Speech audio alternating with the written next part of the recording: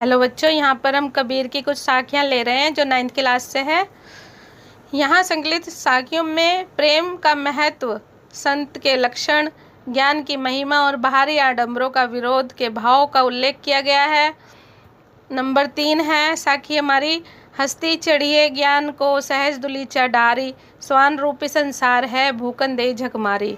यहाँ कबीर जी कहना चाहते हैं कि व्यक्ति को ज्ञान रूपी हाथी की सवारी करनी चाहिए और सहज साधना रूपी गलीचा बिछाना चाहिए।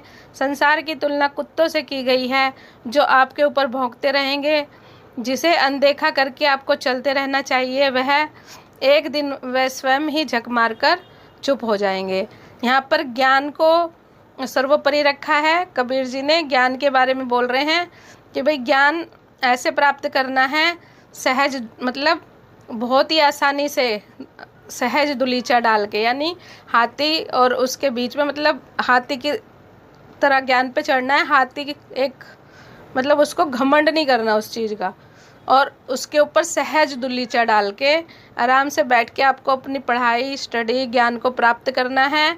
और स्वान रूपी संसार है, स्वान का मतलब है कुत्ते को बोलते हैं स्वान, तो यह संसार रूपी स्वान जो है भौंकता रहता है, कुछ भी बोलता रहता है, नेगेटिव पॉजिटिव सब बोलता है, लेकिन इन सबको दरकिनारे रखकर आपको अपने ज्ञान को बढ़ाना है दिन पर दिन।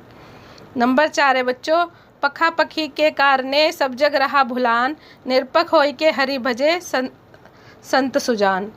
पखा पखी मतलब पक्ष विपक्ष के चक्कर में नहीं पड़ना चाहिए। यहाँ पर कबीर जी ने यह कहा है।